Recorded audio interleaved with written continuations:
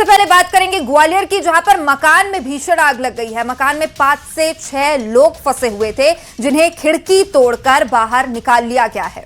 फिलहाल मौके पर दमकल की गाड़ियां पहुंच चुकी हैं। आग बुझाने का प्रयास लगातार जारी है। कोतवाली थाना क्षेत्र की घटना है, जहां पर मकान में यह आग लगी है और बताया जा रहा है कि मकान में 5 से 6 लोग फंसे हुए थे। हालांकि उन सभी को खिड़की तोड़कर बाहर निकाल लिया गया। मौके पर दमकल विभाग की टीम मौजूद है और आग बुझाने का प्रयास चल रहा है। कोतवाली थाना क्षेत्र की घटना है। कारण क्या रहे ये अब तक सामने नहीं आ पाए हैं। जांच का विषय है, पुलिस जांच कर रही है। फिलहाल ये तस्वीर आप देख लीजिए, मकान में आग और आग के बाद धुएं का गुबार, आग की लपटें बाहर तक दिखाई दी और खिड़की तोड़कर सभी लोगों को बाहर निकाला गया सुरक्षित। अब आग बुझाने में टीम जुटी हुई है।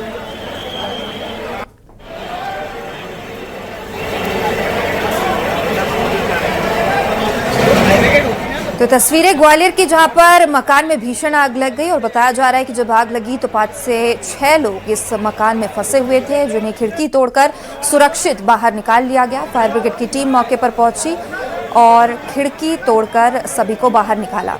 ज्यादा जानकारी के साथ हमारे सहयोगी सुशील हमारे साथ जुड़ गए हैं। सुशील, तस्वीरें हम देख पा रहे हैं, भयानक ये आग दिखाई दे रही है। अब तक वहां पर क्या स्थिति है और किस वजह से आग लगी है, क्या ये स्पष्ट हो पाया है? बिल्कुल, देखिए ग्वालियर के बालाभाई का बाजार इलाके का पूरा घटनाक्रम है।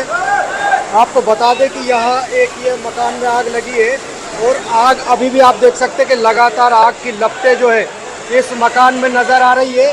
और इस मकान में आग लगने के बाद यहाँ बताया जा रहा है कि 5-6 लोग थे, जिनको पुलिस की टीम ने रेस्क्यू कर लिया था और उसके बाद यहाँ से सभी को हटा दिया गया है। आसपास के जो मकान है उन मकानों में भी जो रिहायशी एरिया है पूरा आप देख सकते हैं कि बहुत सकरा एरिया। अभी लगातार इस बिल्डिंग में ये आग अभी भड़की हुई है और यही वजह है कि नगर निगम की फायर ब्रिगेड की टीम लगातार इसमें करीब 4-5 फायर ब्रिगेड से यहाँ इसमें पानी डालकर आग बुझाने का प्रयास किया जा रहा है। आप देख सकते हैं कि लगातार ये नगर निगम की टीम है। इसके अलावा ग्वालियर एसएसपी भी पहुँच चुके हैं। यहाँ आसपास की जो बिल्डिंगें हैं, इन बिल्डिंगों में से भी जो लोग हैं उन लोगों को बाहर पुलिस के द्वारा लगातार निकाला जा रहा है ताकि किसी तरह का कोई हादसा न हो।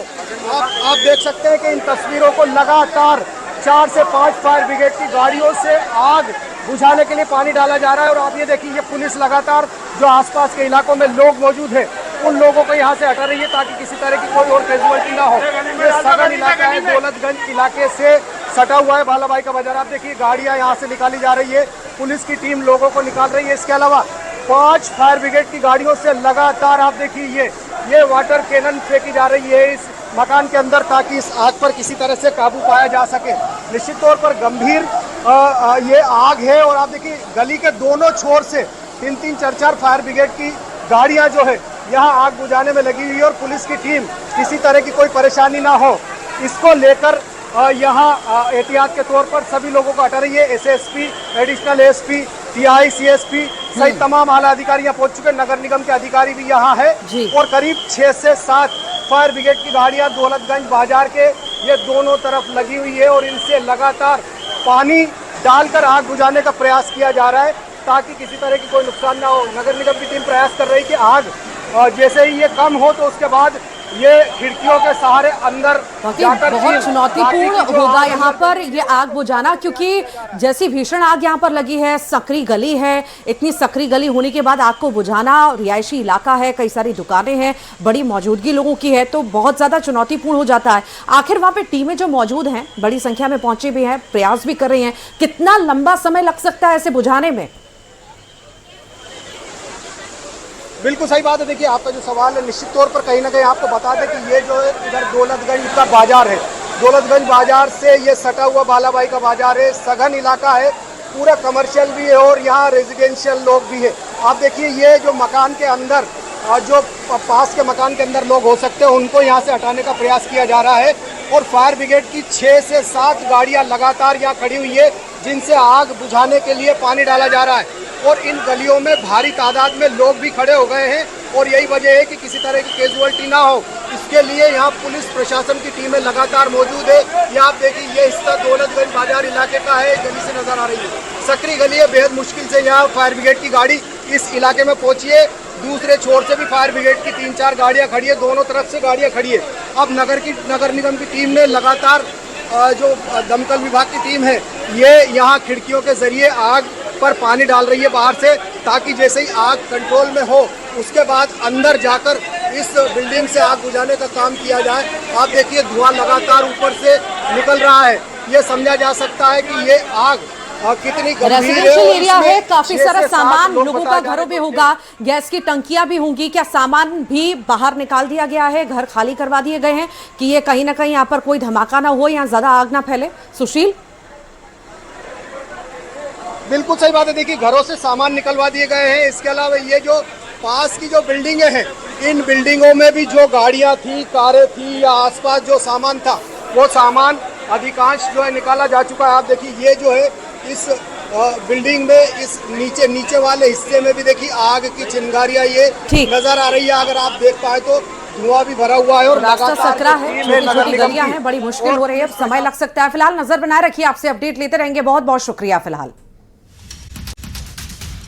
तो चलिए अब आगे कुछ और खबरों का रुख करते हैं। राष्ट्रपति के बंगाल दौरे पर ममता बनर्जी के रवैये की बात करें तो मुख्यमंत्री डॉक्टर मोहन यादव ने राष्ट्रपति द्रौपदी मुर्मू के पश्चिम बंगाल के दौरे पर प्रोटोकॉल उल्लंघन की कड़ी निंदा की है। उन्होंने ममता बनर्जी सरकार को घृणित मानसिकता का उदाहरण बताया और तुरंत माफी मांगने की मांग की है।